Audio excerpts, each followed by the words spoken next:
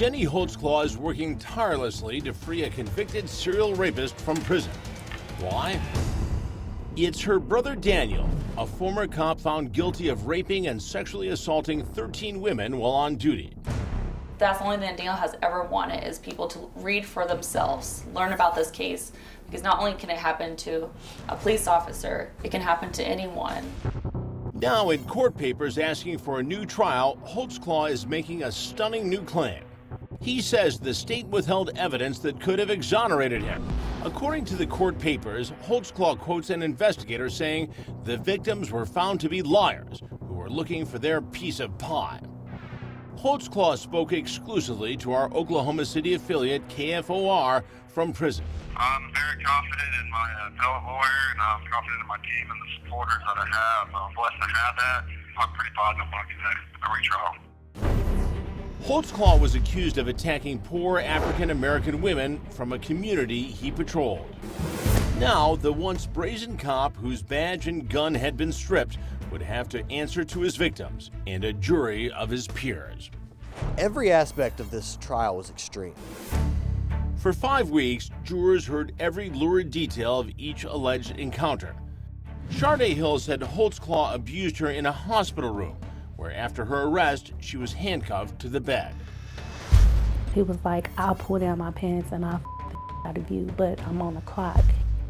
Jannie Liggins told jurors about the horrifying night she was pulled over by Holtzclaw, forced to perform sexual acts. I got out the car, but I was so afraid. I said, oh God, he's gonna shoot me in my back when I walk off. I was just saying, oh, thank you, sir, for not taking me to jail. I said, thank you. Prosecutors put all 13 of the victims on the witness stand. The women ranged in age from 17 to 57. Seeing him in court, what was that like for you? I could see how he was looking at me in court, like other witnesses that I've heard, like he mugging. Through his attorneys, Holtzclaw maintained his innocence, but the ex-cop refused to take the stand in his own defense. The only time jurors heard the defendant's voice is when prosecutors showed them the police interrogation video. Do you recall putting your penis in her mouth? But 13 women repeating similar tales of being pulled over and sexually abused was an overwhelming courtroom story. The jury deliberated for 45 hours. The verdict was unanimous. Guilty on 18 of the 36 counts. Holtzclaw didn't handle the news well. Watching from the jury box was Ronald Hill, juror number 5. Those tears that we all saw, that you saw just feet away from you. What did you feel those tears were from? Personally, yeah. That he got caught and he knew he messed up. In this exclusive interview with our Andrea Isom, Hill reveals inside details about the jury's decision to convict. The evidence proved to us that he was guilty of the charges we found him guilty on. There was concern that because of the past of some of these women. How was that for you? What their lifestyle was, they were still violated. Period. Period. Holtzclaw faced a huge amount of time behind bars due to strict sentencing guidelines on rape charges. In fact, he was looking at far more than a lifetime in prison. Then on sentencing day, Holtzclaw arrived at the court, cuffed and shackled.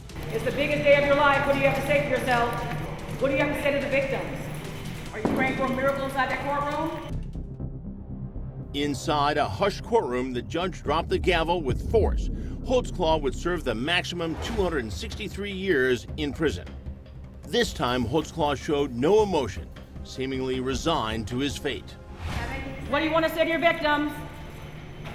Being a police officer, he'll probably be in solitary confinement because, police officers who go to prison do not fare well, and they have to be separated from the other population. This is an incredible moment for these women to achieve justice. Outside the courtroom, his victims couldn't contain their feelings of relief and vindication. He would never know the pain he's caused all of us and the traumatic change to our lives.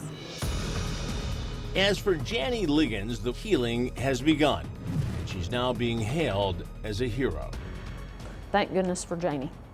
She had the courage to come forward. There's no telling how much longer he would have preyed on women. There's no telling how many victims would have been out there. I don't really feel like a hero. I just did what I had to do.